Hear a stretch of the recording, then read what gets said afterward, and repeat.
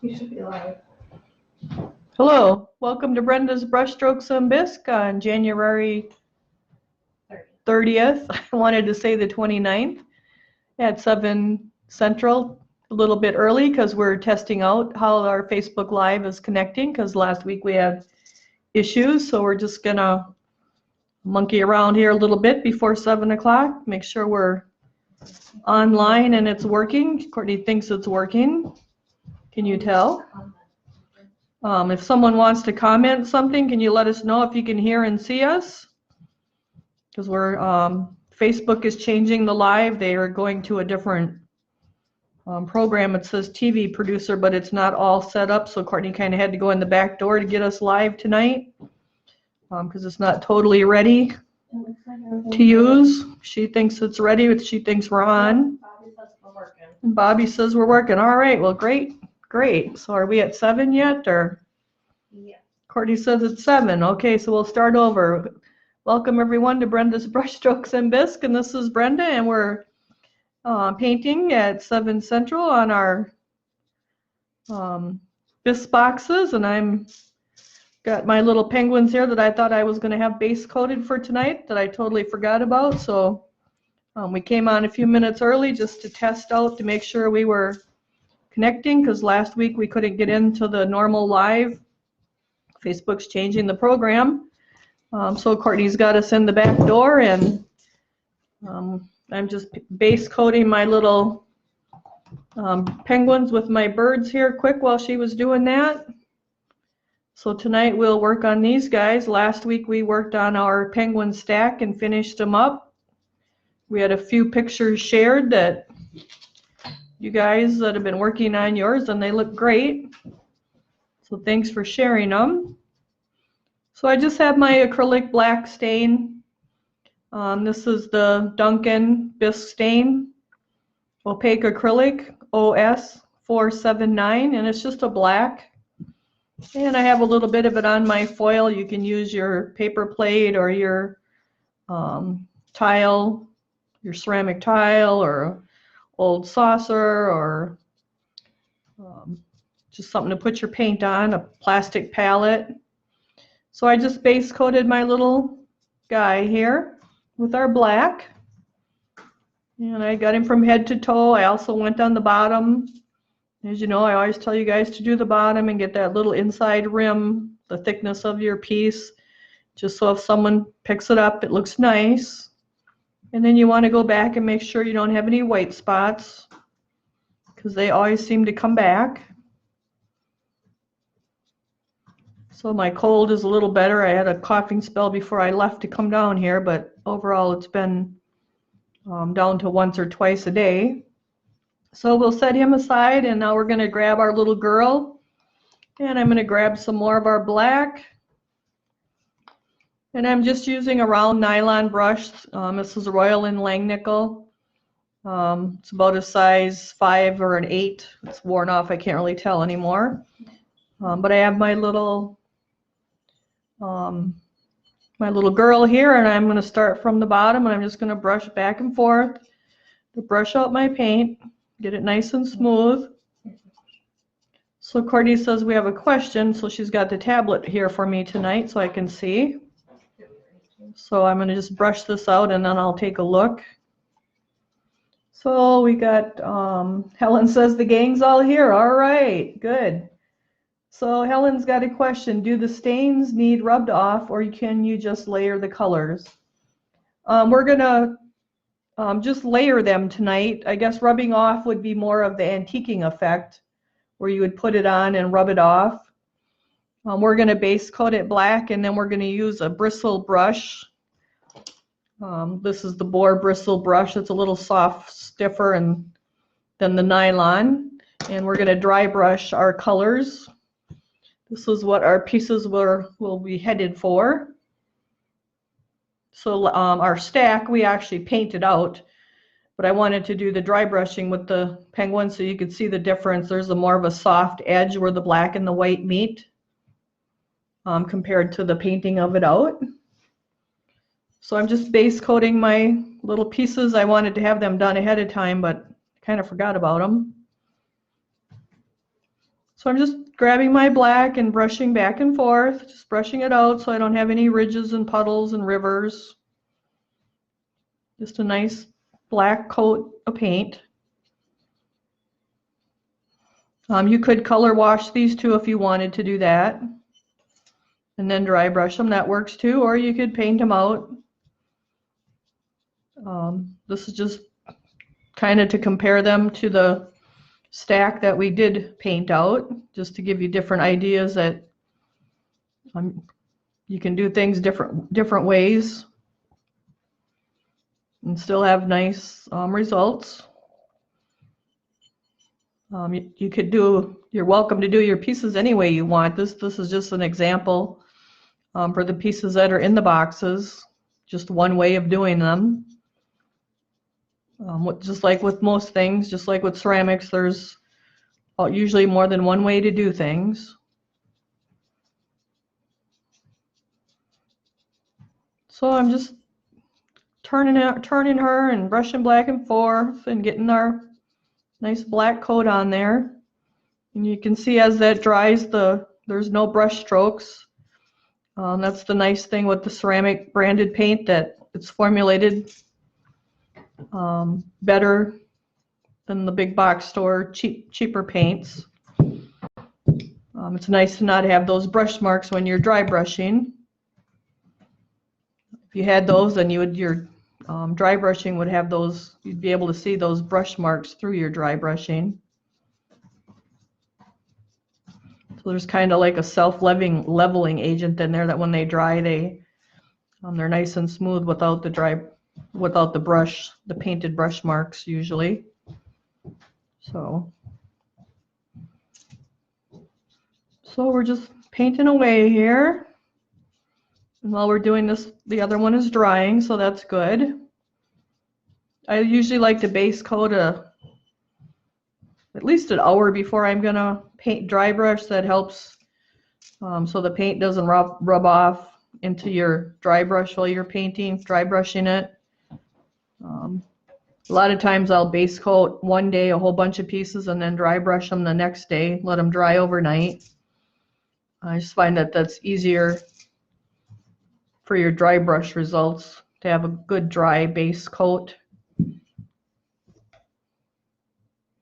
So grabbing a little more black here, I'll brush it out.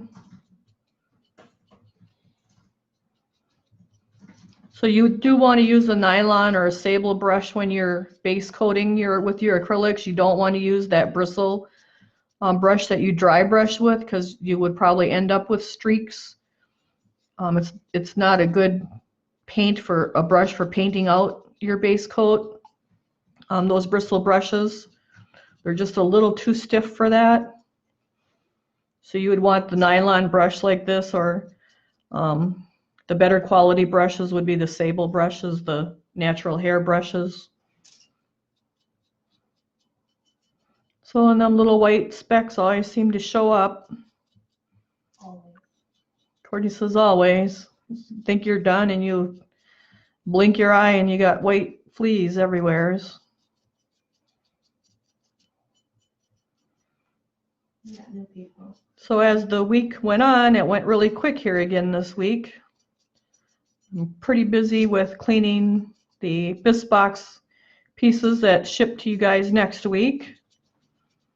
I brought Courtney, let me see, 13 of the skinny birdhouse and 20 of the pudgy birdhouse, and then I brought her 5 pairs of cardinals and 5 pairs of chickadees. What were you gonna say, something, Courtney? No. Oh. So I'm working on those. I have cleaned birds last night and carved detail back in, and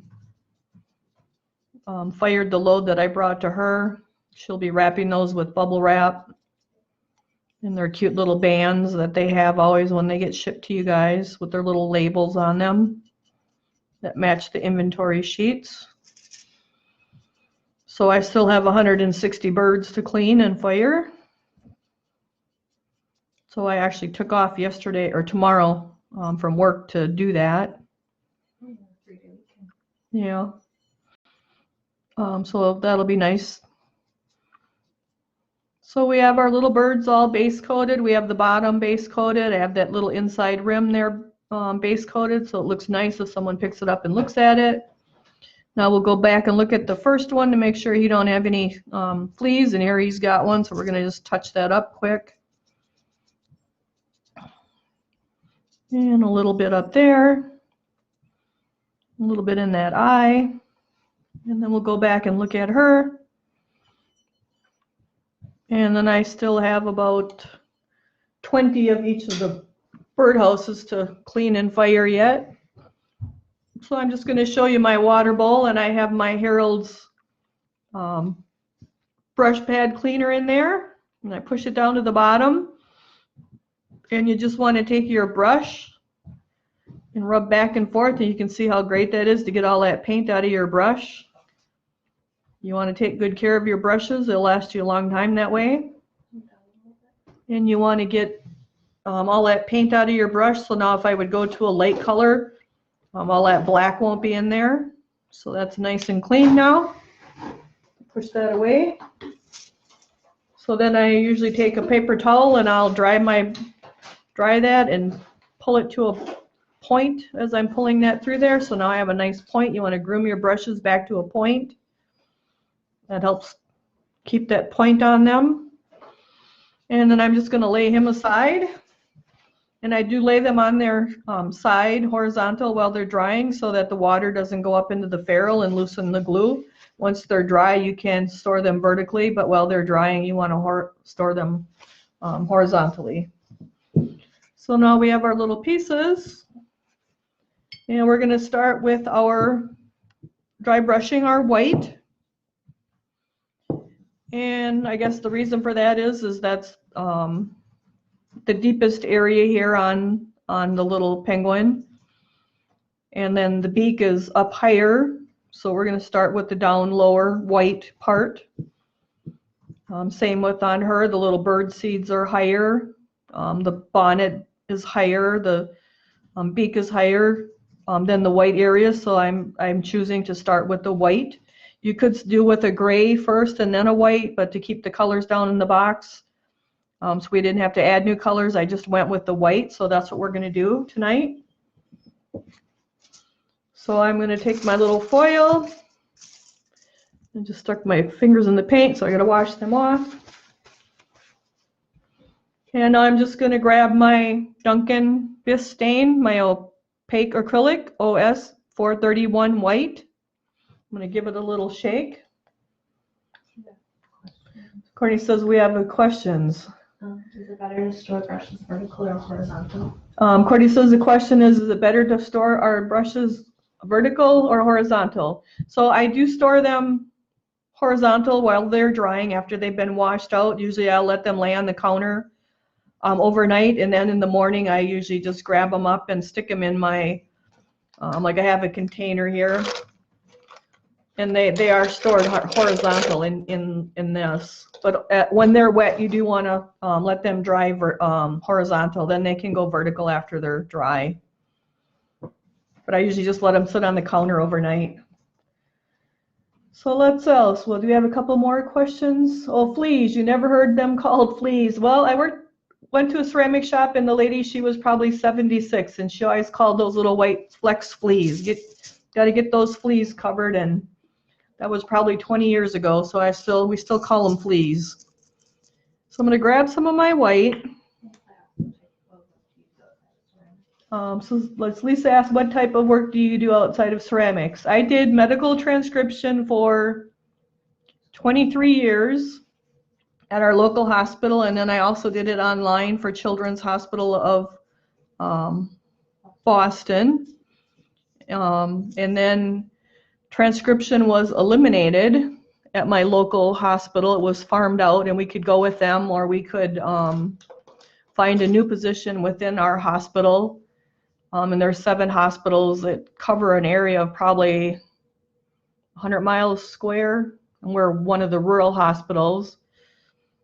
So I was able to get a billing position. So I actually do Medicaid billing now, which I've been doing for the last 3 years, which that amounts to a claim will go out, say a patient has Medicaid and the claim has the Medicaid coverage on it, and it goes out to the Medicaid, whether it's the HMO or the state Medicaid, and maybe it denies for, it can not deny for all kinds of reasons, no prior auth, the wrong HMO product, the wrong codes, the wrong diagnosis.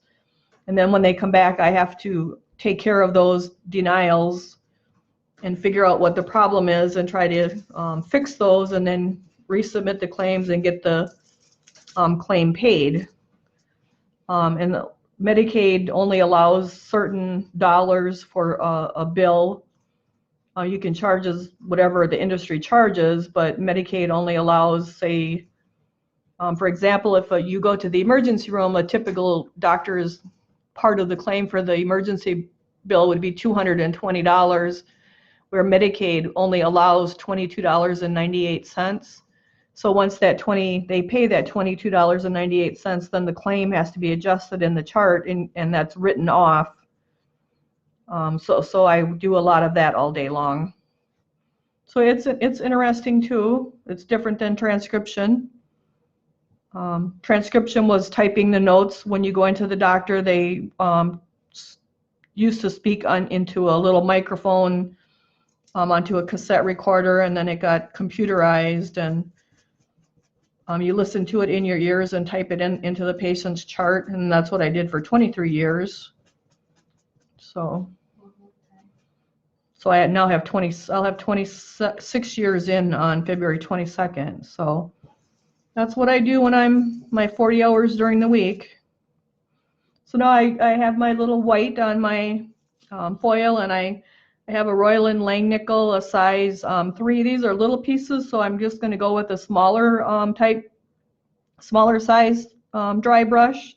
Now these are the boar bristle dry brushes from Royal & Langnickel. So I grabbed a little bit and I brushed it out on my paper towel, basically to make the brush dry.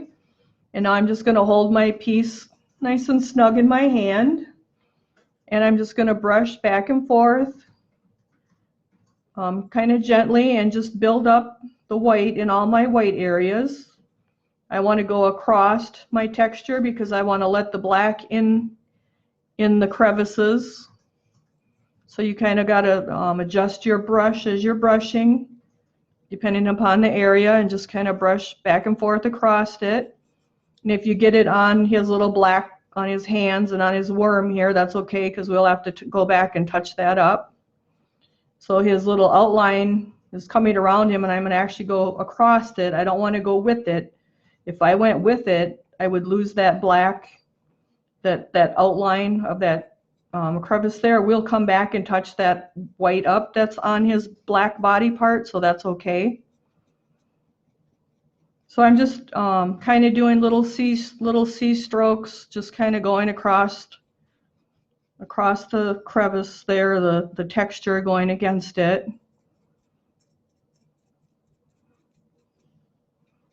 And you just keep going back and forth.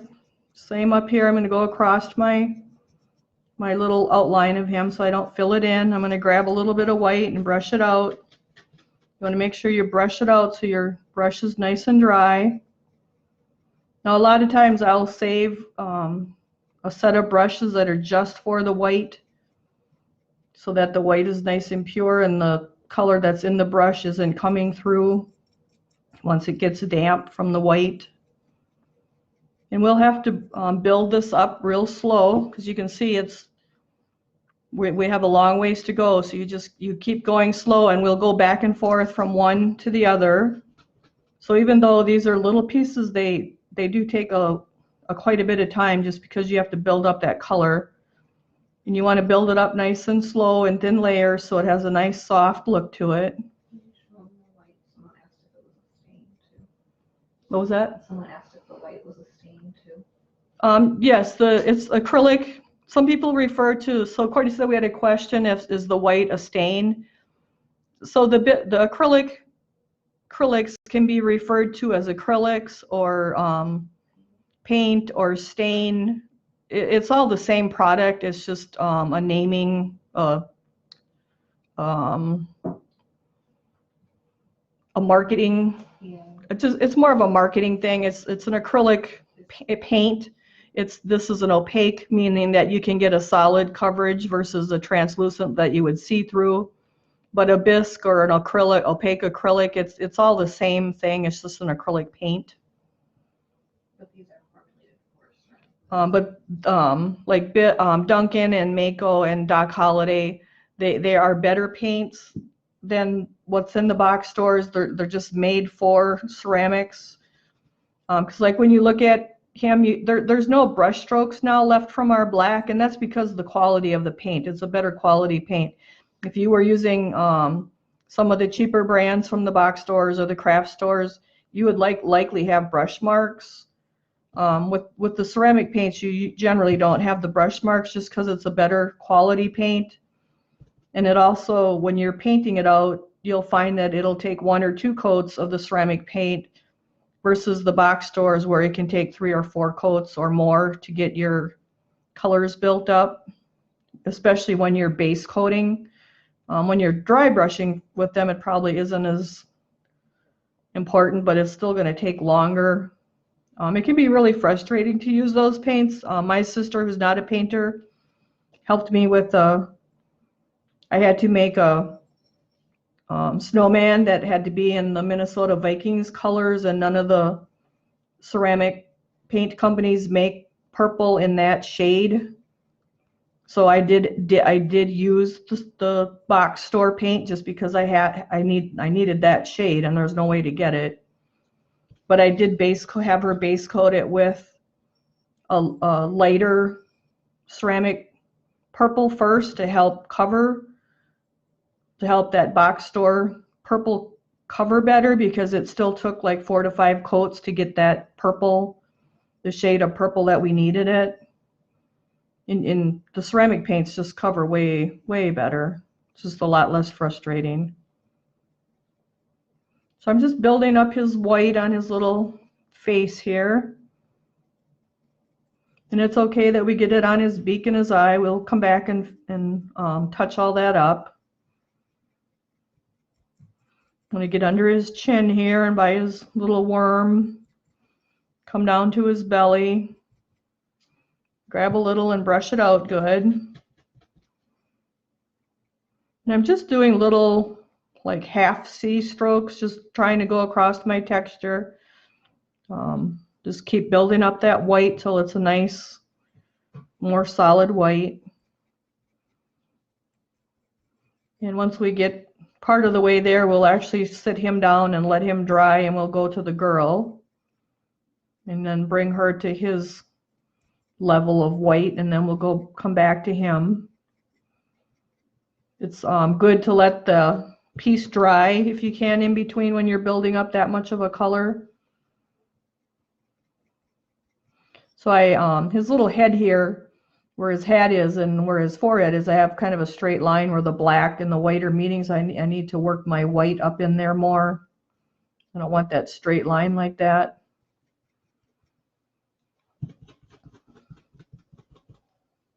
So what else do we got on? Looks like Courtney's taking care of you guys, answering questions. Yeah, Helen just said this name's confused her too. The Bisque names as in? Like Bisque and stain and paint. Oh, okay, yeah.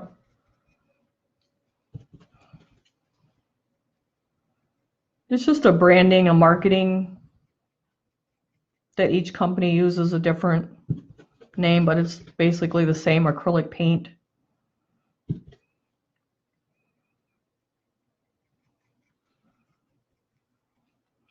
So we're just going to keep building up our white on his little belly here and his chest and his face. Need to get some up on his little forehead here because I don't like that line. It's really not cooperating. So when it does that, then I usually just set him aside, and then we'll go to the other one, let that one dry, and it'll take the color, the paint better. What? Courtney wants to zoom in a little bit.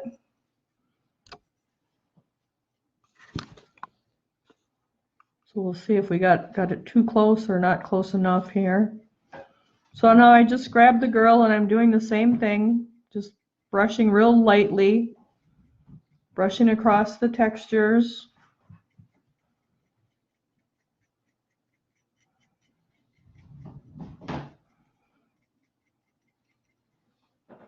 So we might have to adjust where I'm painting at and where the camera is here. She's got it under control the way it looks. So with these little pieces, you do have to use a little bit smaller brushes.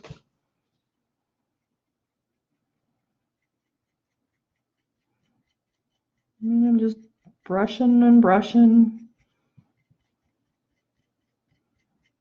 trying to go across that outside line instead of with it. Trying to get down in between the eyes and the beak here.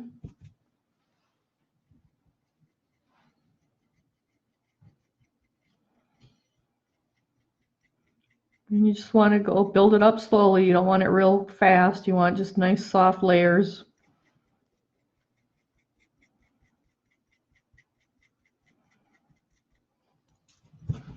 These little guys probably take a lot more time than the bigger ones. Do I need to move up further or? Oh, I'll move back. So I'm just brushing back and forth across her belly here. Kind of across the little arm so it stays dark in there. You want that shadowing just like around where the white and the black meet.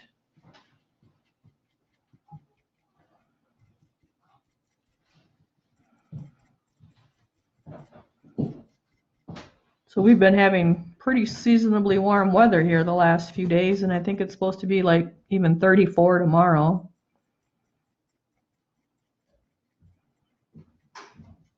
So I'm just brushing this out. Courtney asked if I'd rather have snow. No, I'd rather not have snow. We had snow every day last weekend. It snowed out. Go back up to the face because that probably dried a little bit now.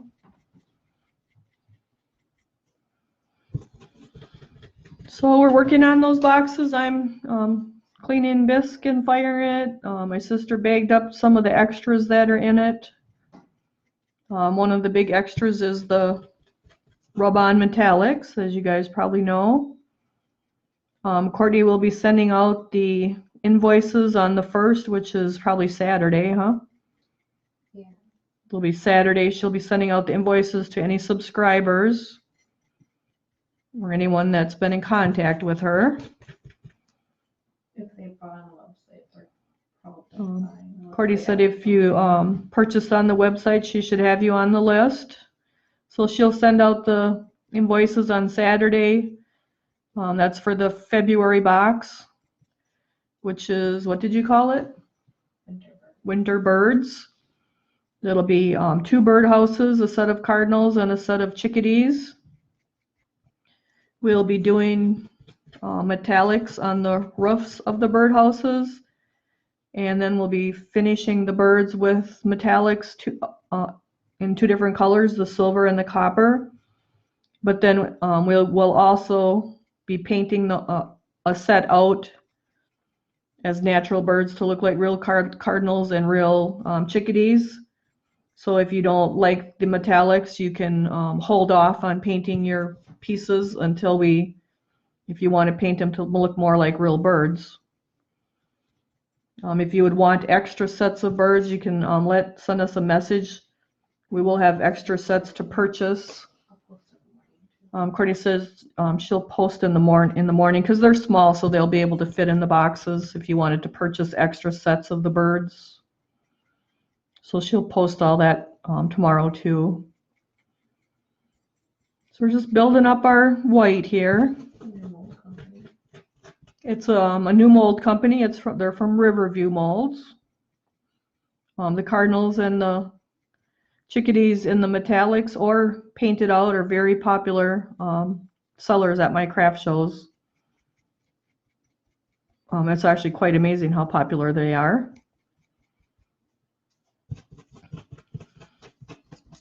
The new molds for the March through September boxes are in my living room with two fans on them. If you haven't seen the pictures, trying to get those dried out because they pour them when I order them.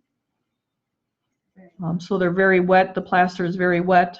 My house upstairs is very humid actually from all the moisture in the molds with the fans blowing. But they're drier than they were a week ago, so. But yep, it's a lot of molds. There's I think there was 33 total, but there's duplicates and triplicates of some. Actually the the March box where there's four of each because the kind of have a little time shortage here. But that our March box is Easter themed, so if you're in like Easter, that should be another stack. Cordy says it's another stack of some sort, just to give you guys a hint. And I guess the other hint would be that it's Easter related, which would mean eggs and bunnies. We can give you that much. And then there's a really great extra coming in that box too. We already have those. It's a big extra like the rub-ons. It's a product that you'll be able to use to work on that project. So we're just getting our little white all built up here on our little penguin face. We're not worrying about the eyes or the beak or the hat or the black part of the body. We'll have to come back and touch that up. But you can see it gives a nice softer edge from where the black and the white meet compared to the painted out where it's a nice sharp line. So we're going to switch back to our little boy and get some more on him.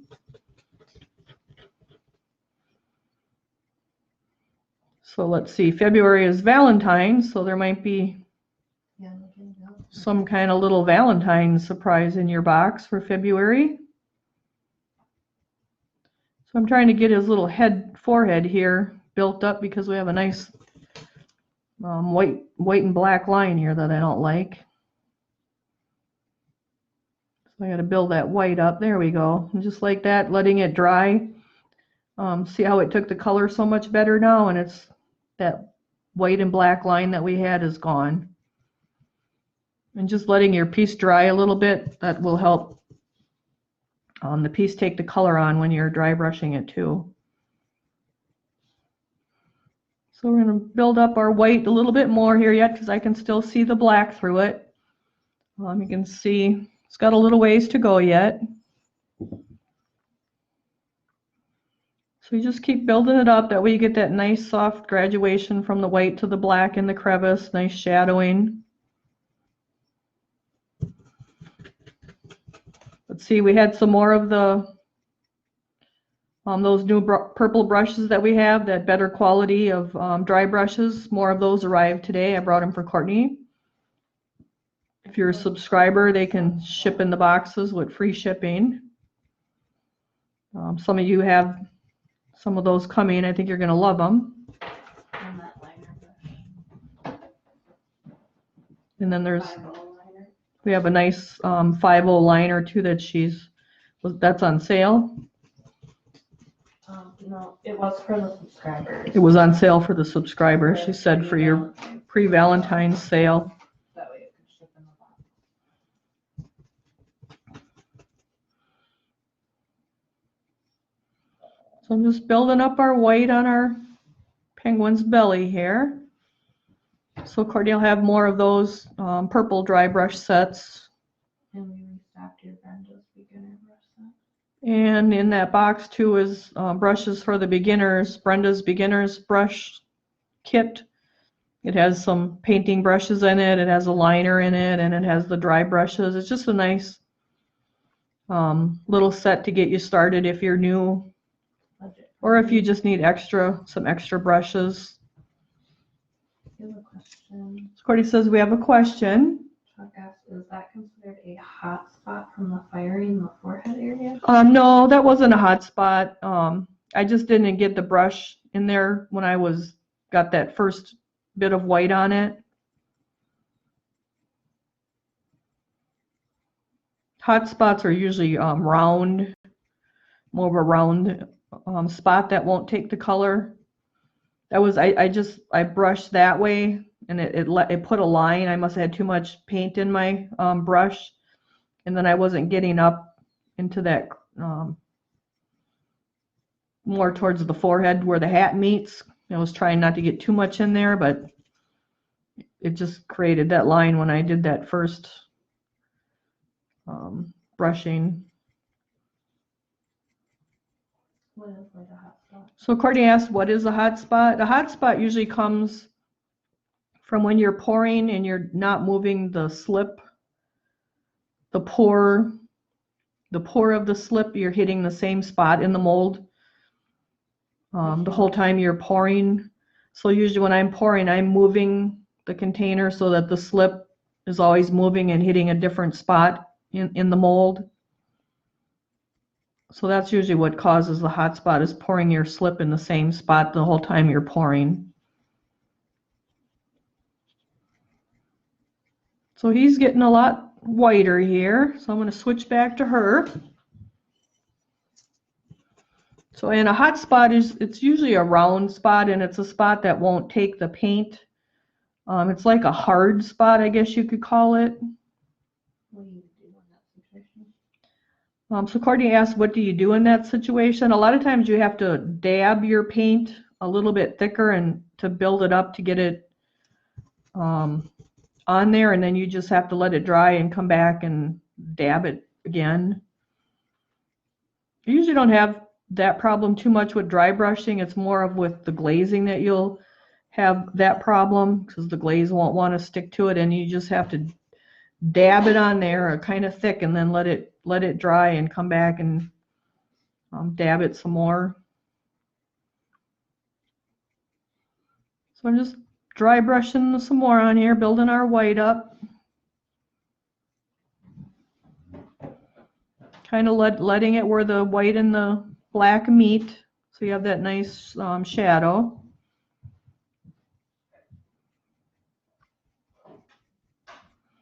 And we'll build it up on the face here a little bit more.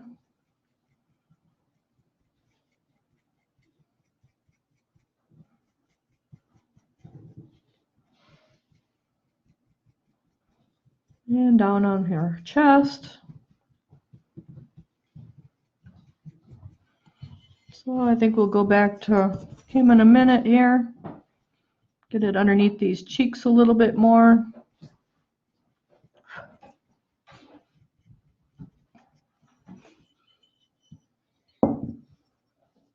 And we'll grab a little more.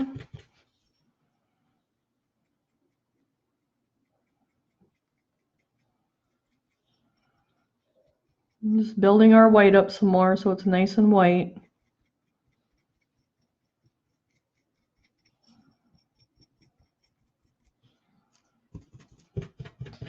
Also, we were talking about our boxes. So Courtney will invoice the subscribers on the 1st. Then you'll have till midnight on the 4th to pay your invoice. You'll get an email with your invoice. You just pay it right from the invoice. And then on the 5th, the boxes ship, just like always. And then she'll email your tracking numbers, which probably won't be till the next day, because it takes a full day just to get them shipped now, because we've grown enough. So I think Wednesday's the 5th. You'll get your tracking number then probably later on Thursday. And I would think early next week you'll have your boxes then. And then that following week we'll be able to start painting on them. Maybe a holiday in there. President's Day in February. Oh, Courtney thinks we have a holiday in there. That shouldn't affect the shipping though. I think isn't the President's Day later, around the teens? That's true. I think it's later though, like the 13th or 12th or. So we're just building up our white here. It's just about to where I want it. 17th, Courtney says, is President's Day. So your boxes should ship fine. You should have them way before then. We do ship to Canada, Australia, and worldwide. Courtney has a equation where she's able to give your, We pop it in the calculator. she calculates it and puts the shipping in, and you get a discount from the Bisque shipping, and then you pay your actual shipping. So we do ship international if anyone's interested. Knock on wood, nothing's broke. Courtney said, knock on wood, we've been lucky, nothing's broke and everything's arrived.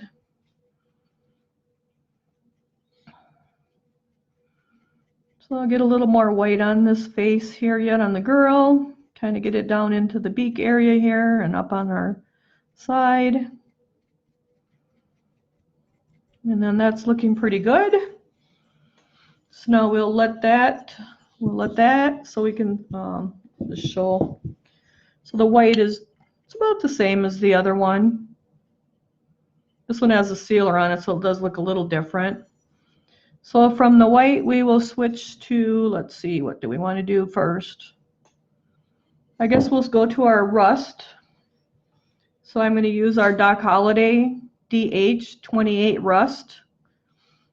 And I'm just going to give that a little shake and put a little bit on my thing here. And let's see, I'm going to go with another size. This one's a size 5. It's one of my older brushes. I'm just going to turn my paper towel, and I'm going to brush it out on my paper towel, so a nice dry brush again. Blow my white off of there. And now we want to get the rust on our feet and on our beak and on our birds. So my cardinals I always do with the rust to get a better coat of red, shade of red. That rust really helps bring out the red. So we're just going to dry brush these guys all rust now. Grab it in there and brush it out. And you want to go on the bottom too. So I'm just doing little C strokes across my bottom, and then I'll come up to the front. And we're just going to build up our rust on our feet. Bring it down to where the feet and the body meet, and that's about where you want to stop.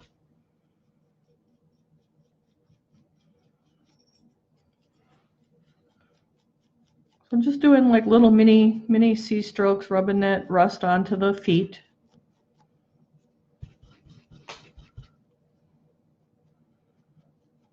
See what else is going on. We're trying to make plans to go to the Ohio show in April.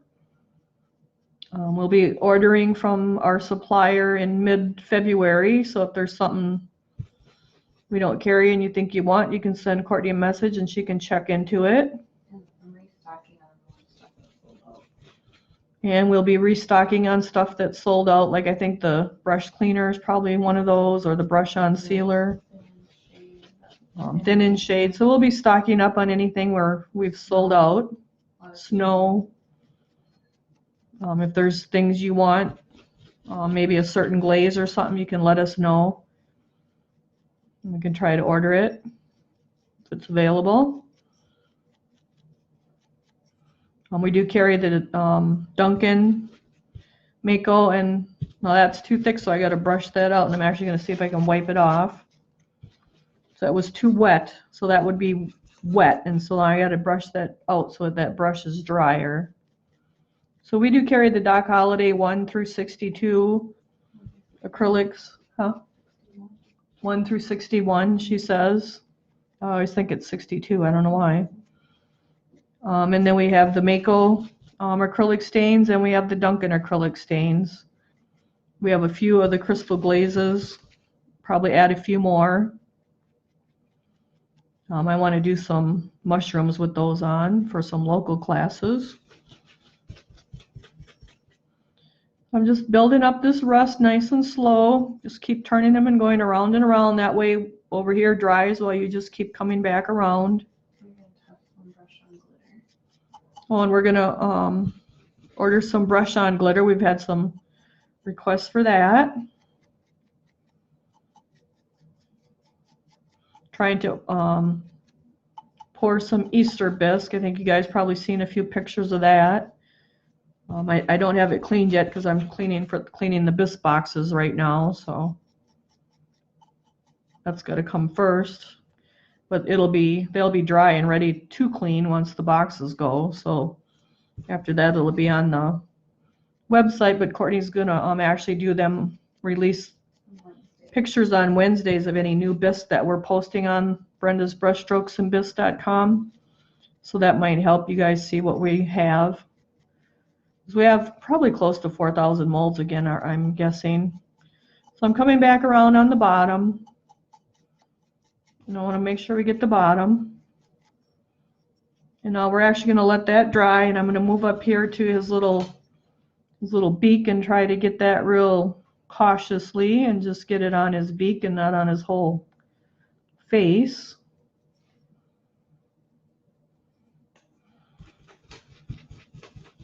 Don't have much for Valentine's molds. We have quite a bit of Easter, lots of Halloween, lots of Christmas, lots of wildlife, lots of penguins, lots of snowmen. Probably 10 different nativity sets. Garden stuff. Lots of Christmas stuff. So I'm just being real gentle with my brush. You could switch to a smaller one if you have a smaller one. Now I'm going to let that dry, and I'm going to switch over and do my cardinal here. Try to be careful not to get it on his face, the penguin's face.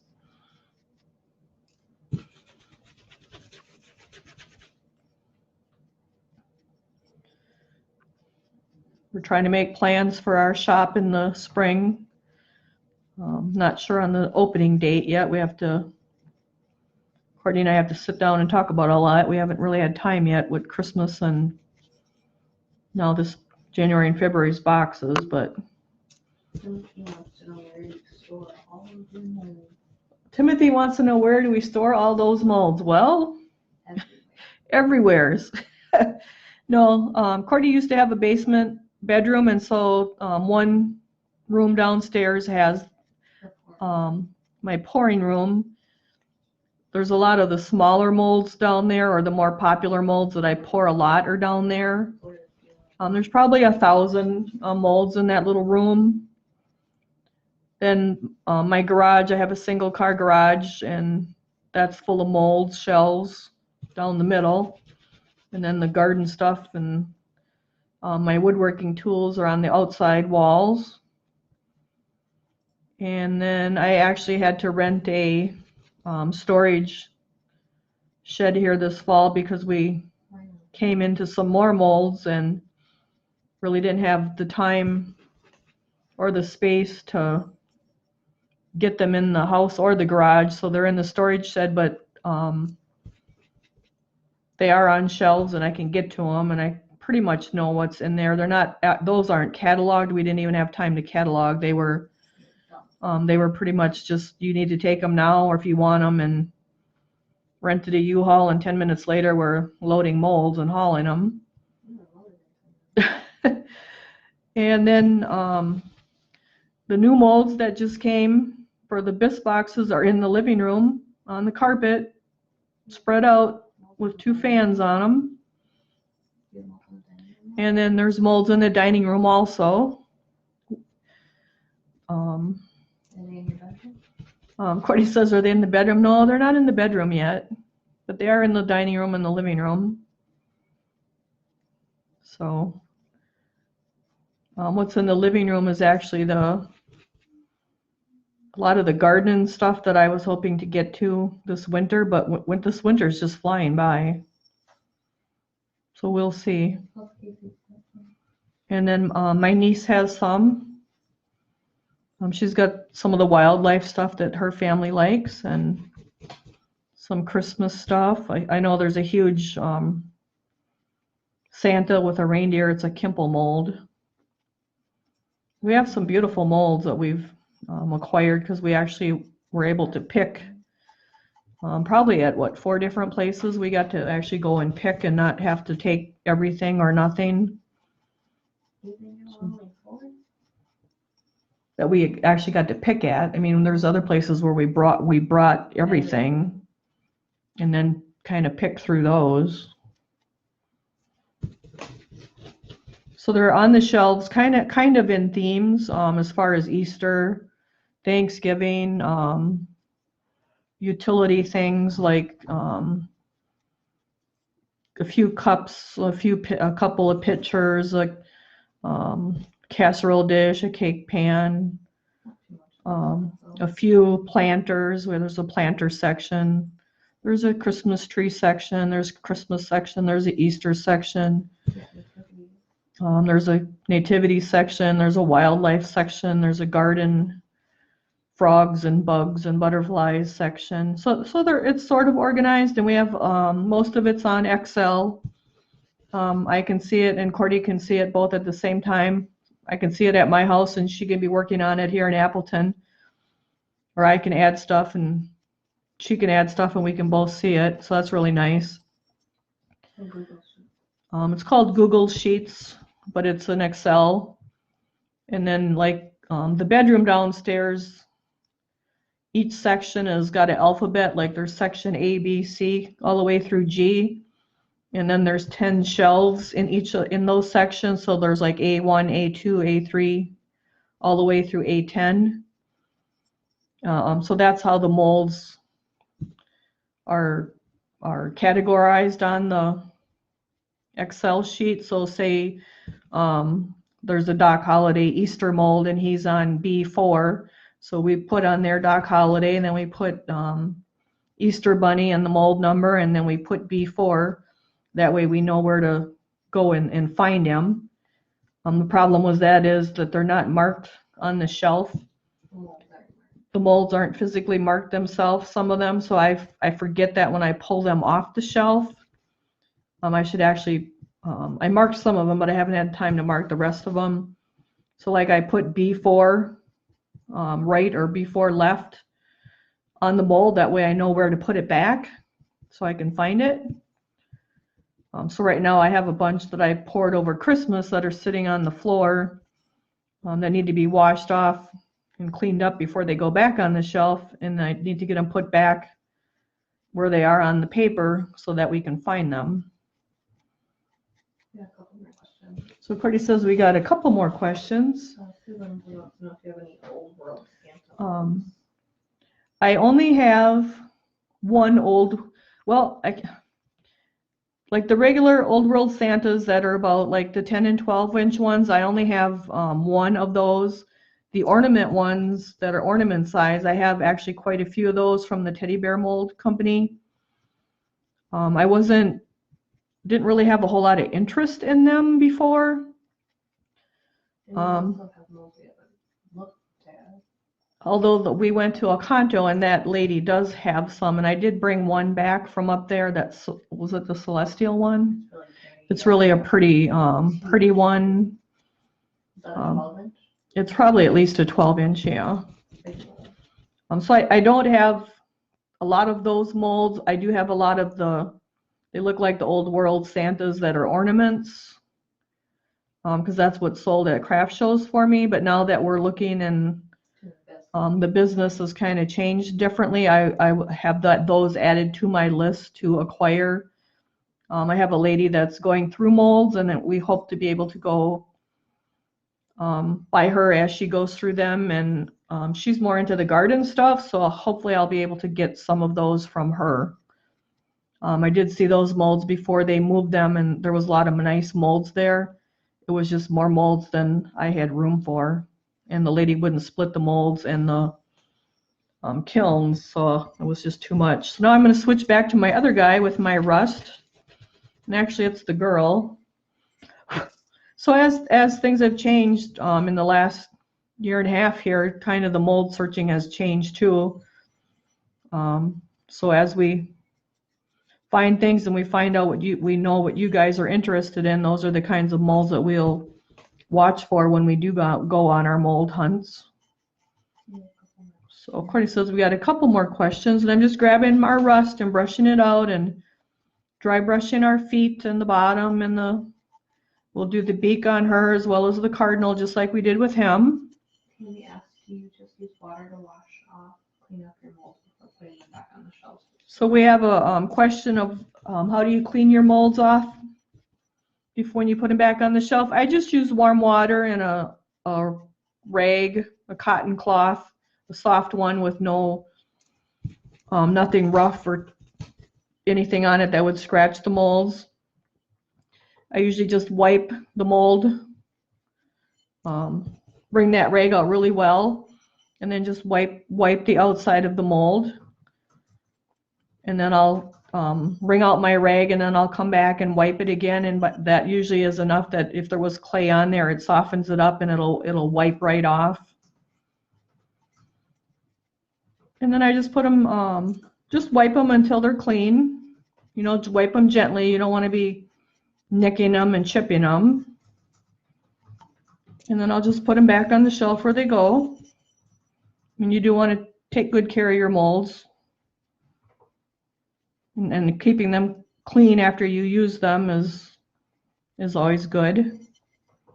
Usually I'm pouring, if I pull one off the shelf, I'm probably going to pour it 4 or 5 times. So I'll pour it those 4 or 5 times, and then when I'm done, I'll wipe it off. I don't wipe it off every time that I'm done pouring. That's a lot of, to me, excess wear on the mold.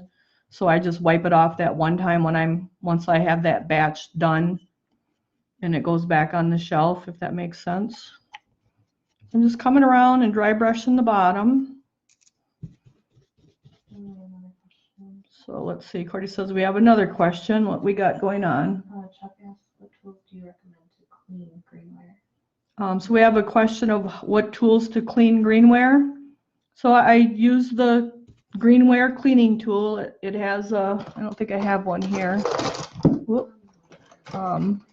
It's just a greenware cleaning tool. It's on a wood handle, and it has a curved metal end and a straight metal end, kind of pie shaped. So I'll use that, and I'll clean the seam with that. And then I'll use the green sanding scotchy thing, or you can get the nice file feather sticks now that are white and burgundy. Those are nice too. And I'll file it or sand it a little bit with those two till it's smooth. And then I'll use my ball styluses, and I go back and put any detail or lines back into my pieces. And then I'll take the yellow sponge, and I'll dip that in water and wring it out really well. And then I'll wipe across my seams to get them smoother yet. And then I'll look at them again, and then if my need any detail put back in, I'll use my, depending upon what it is, I'll use the ball stylus, or I actually have one of the spoolie tools that Clay Magic used to make that you can't get anymore for putting hair and texture back in. Sometimes a damp sponge will work to put texture back in, depending upon what kind of texture it is, like on the snowballs or snowmen. That works well for like making the snow texture go back on. And you have some of that stuff on your online store. And we do have those cleaning tools on our Brenda's Brushstrokes and Bisque.com. We have sponges there too. The spongers are there, the cleaning tools are there. I don't think any of the feather things are there though, right? The burgundy and white files. So Courtney does. We have like a 5-inch, I think they're called feather files. They're white on one side and burgundy on the other side. It looks like a fingernail file, but it's just like a scratchy, like the Scotch scratchy pads, but in a different color. One side's a little more coarse than the other side, and you can, but moving away. You just scratch across your seams to smooth them out with that. But you usually have to go with your cleaning tool first. And then if it's a really tight area to get into, like in here, I would actually take my wet nylon brush, dip it in the water, and then actually brush with the damp paintbrush to get into the little seams that you can't get to with those cleaning scrubbies, scratchies. So we're just dry brushing our cardinal here. So you guys have some good questions tonight. That's great. Oh, Ross with us still has the Clay Magic texture tool. You are lucky. That thing is really hard to come by. I actually have one. It came with a batch of molds that I got. I had asked Clay Magic if they would ever have it again, and they said no, they wouldn't be making it. It's just a little, it was called a spoolie, and it has a wood handle with a little blue plastic bumpy, about a 1/2 inch long thing that kind of spun like a wheel on there, and you could put like hair texture and stuff back in your pieces. So if you ever see those, grab it, because you can't buy them anymore.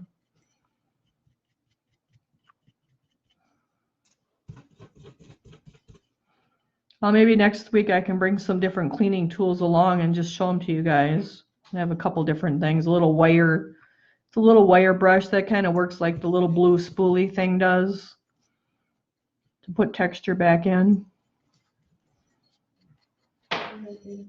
So we're just dry brushing our rust here. So yep, these little pieces, I knew we wouldn't get too far tonight because it does take longer with this little detail stuff. So Courtney says it's 8. So Courtney says it's 8. Looks like I'm sliding down here. So you just want your rust, you only want the black left in the crevices really. So we kind of have a ways to go here with our rust. So you can see there's a lot more rust on the finished one than on the one we're working on. So for this week, you guys can probably build up your rust if you're painting along. And then we can probably pick up from there. But I'll keep going here yet tonight. If you guys have any questions, just send them our way and we'll answer you.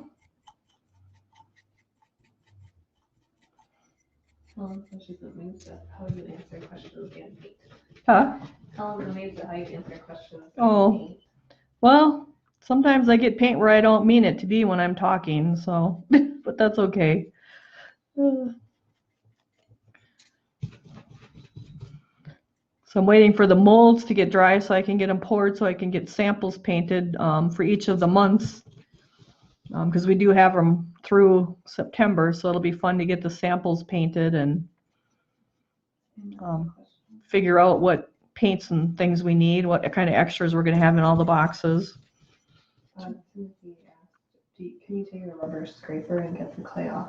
I think he's referring to the molds. So Timothy asked if you can use a rubber scraper to get the clay off the molds. Yes, I use a, now it was called a fiddle tool.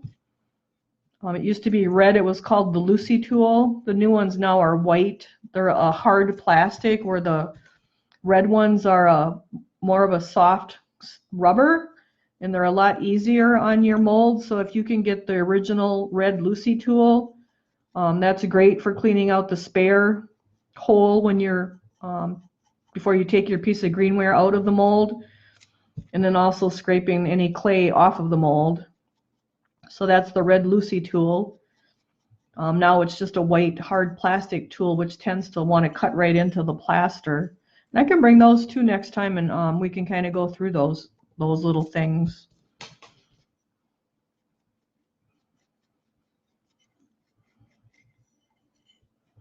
And if there's anything else you guys think of like that you want to know more about, you have to just post it, and we'll see how we can bring it into the painting live and help get you guys educated. we'll, Courtney's saying we'll do more videos. Once I'm doing this full time, I'll have more time. I haven't actually set an actual date yet. I'm waiting on work to see what goes on there. So it's probably going to be anywhere between April and July. I'm not sure. I'm sure as the time goes on here with spring, we'll get it figured out. So I'm going to grab a little more rust so we can go back to our other one.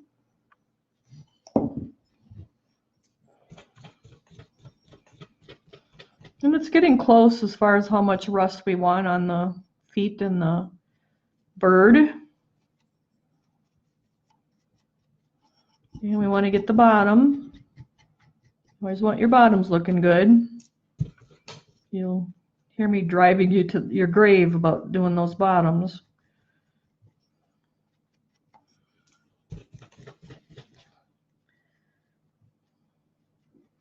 See, what else can we think of? Waiting for spring, I know that. I'm hoping, I mean, we've had a really mild winter here, actually.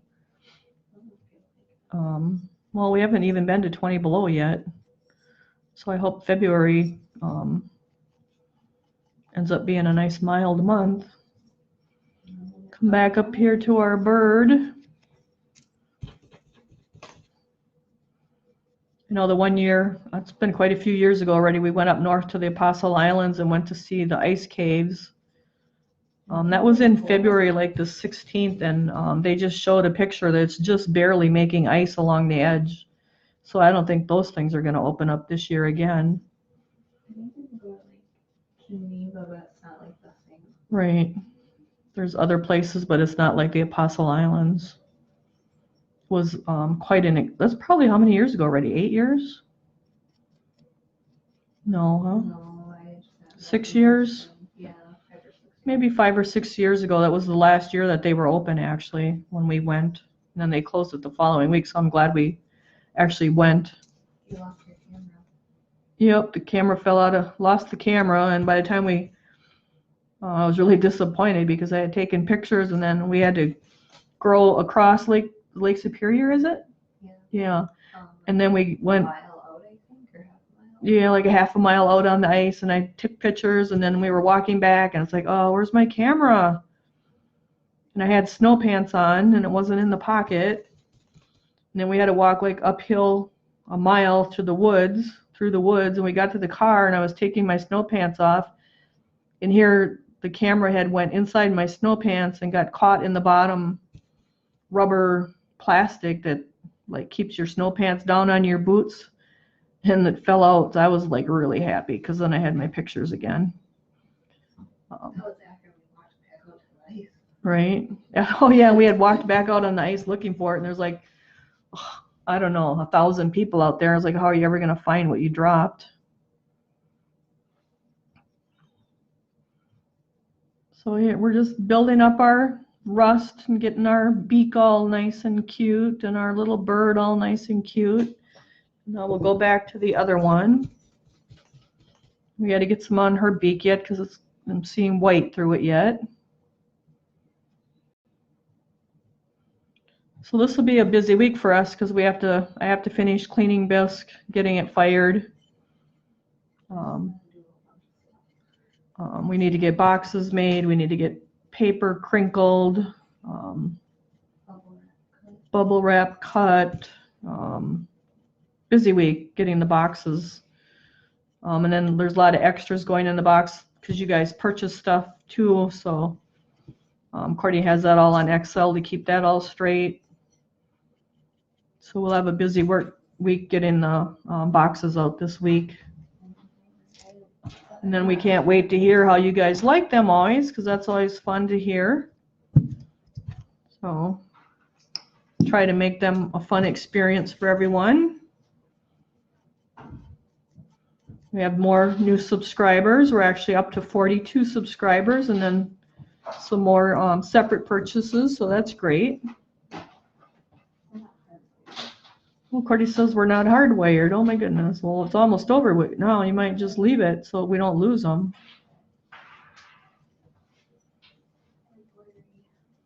Courtney says we got blurry. Well, so it's kind of a rush because like I get done with work at 4:30 and I basically go home. I loaded the car up. Well, I had to unload the kiln to bring the Bisque box stuff down so she can start wrapping it. And it's a good hour's drive. Then Jason had actually made supper for us, so I ate supper here. And then by the time we were done eating supper, it's already time. I'm getting low again. It's time already to do the painting. So it's kind of a rush on Thursdays. You know, just to get off of work, get home, load up the car, get down here, eat. Cordy usually tries to have it set up, and then it's time to paint already. So this is probably where we can let off tonight because we're good with the rust, and I'd like the rust to dry good before we switch over to the red for the bird. But you want lots of rust on here. Some people wonder how much rust when they're dry brushing, how much color. So it's almost solid color. It's just the shading. The black is still left in the crevices. It's left close to where the body starts, just so you have that nice shading. But it's more solid rust colored as you get away from the body. Same with the bird. We have a lot of rust that's just the black in the crevices and then in the indents. That was one of the hard things I had, was to learn how much color to put on. And I usually, when I thought I was done, if you go another 10 minutes of adding color, then you're probably at the right point. It's like there's enough rust on there that I'm not seeing the black come through, like it's not taking color anymore. I mean, that's kind of how I feel it feels to me, like my little bird is covered with my rust except in my indents. And I'm not really seeing much black through the rust. So it's almost like it's not taking more rust, and that's like the point that you want to be at. So hopefully that helps explain how much color to put on when you're dry brushing. So even like this one, it's very much covered in rust. There's just the black in the crevices. And there's a little black here. I probably want that more rusty. Same with my feet. It's all rust, and it finally just kind of fades out to the black as it gets to the body. So you have that nice shading. So it takes quite a bit of color. I know I was always quitting before I had enough color, and I would be frustrated that I didn't like the way they looked, but it's because it didn't have enough dry brushed color on it. So I think these guys look pretty good. I'd like to let them dry now till next week. Next week we'll get our red on our birds. We'll get our hats done. We'll actually finish them up next week.